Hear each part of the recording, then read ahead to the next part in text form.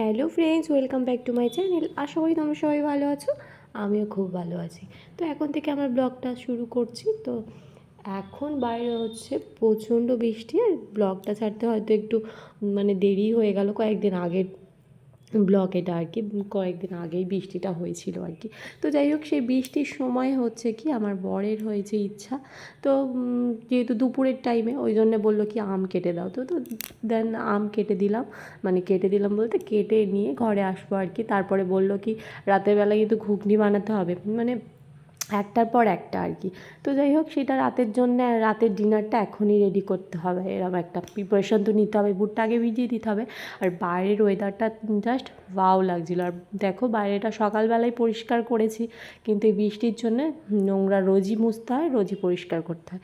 তো যাই হোক, এমনিও পরিষ্কার করি রোজই, তবু আর কি বৃষ্টি হলে নোংরা দেখতে কেমন একটা লাগে। তো যাই হোক, বাইরের ওয়েদারটা বেশ ভালো লাগছিলো। আর তখন ওই আস্তে আস্তে বৃষ্টি হচ্ছিলো, তার আগে প্রচুর আকাশ ডেকেছে, প্রচুর বৃষ্টি হয়ে গেছে আর কি। তো ওয়েদারটা বেশ ভালো, ঠান্ডা ঠান্ডা ওয়েদার। আর খেতে তো ইচ্ছা করবেই। তো বরমশাইয়ের আমটা খাওয়া হয়ে গেছে, একটা পর্ব শেষ। এবার ওনার ইচ্ছা হয়েছে কি না ম্যাগি বানাও। তো ওনার ইচ্ছা হয়েছে, ম্যাগিটা বানিয়ে দিতে ইচ্ছা হয়েছে, খাওয়ার ইচ্ছা হয়েছে। আর আমি তো বানানোর জন্য রয়েছি, যেই কথা সেই কাজ, এরকম একটা ব্যাপার। তো উনি বললো আর আমাকে ওকে করতে হবে। তো যাই হোক, এই যে ডিমটাও ভেজে নিয়েছি আগে, যেমনভাবে আর কি ম্যাগি বানাই নর্মালি। তো পেঁয়াজ লঙ্কা দিয়ে কড়ার মধ্যে, তো তারপরে আবার ডিম ভাজাটা দিয়ে ম্যাগিটা দিয়ে, তারপরে যেরকম প্রসেসে আর কি, এগুলো তো নর্মালি এটা। তো এইভাবে বেশ ইয়াম্মি হয়েছিল কিন্তু খেতে, যদিও আমি খাইনি, আমার বর আর আমার মেয়ে খেয়েছিল। মেয়ে অল্প একটু খেয়েছিল, বড়মশাই খেয়েছিল, আমি এক চামচও খাইনি, কারণ কি আমার ভালো লাগছিল না। আম খেয়েছিলাম, বললাম তোমরা খাও, দুজন খাও।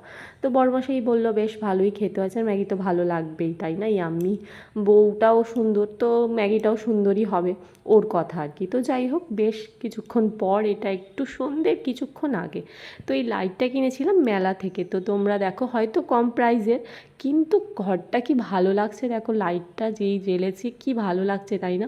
প্রাইসটা হয়তো কম লাইটটার, কিন্তু তবুও এত সুন্দর লাগছে ঘরটাকে, ঘরটার একদম সৌন্দর্য ফুটিয়ে দিচ্ছে লাইটটা জ্বালিয়ে। তো যাই হোক, এইসব করতে করতে মেয়েকে পড়তে দিয়ে এসেছি, খাইয়ে টাইয়ে মেয়েকে।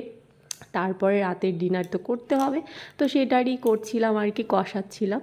ওই তোমার ইন্ডাকশানে জলটা গরম করতে বসিয়ে দিয়েছিলাম। আর বরের ঘুগনি খাওয়ার ইচ্ছা হয়েছে, তো সেটা তো করতেই হবে আমাকে, সেটাই করছিলাম আর কি, কষাচ্ছিলাম। আর হঠাৎ করে আমারও ইচ্ছাও হয়েছিল যে একটু নান বানাবো।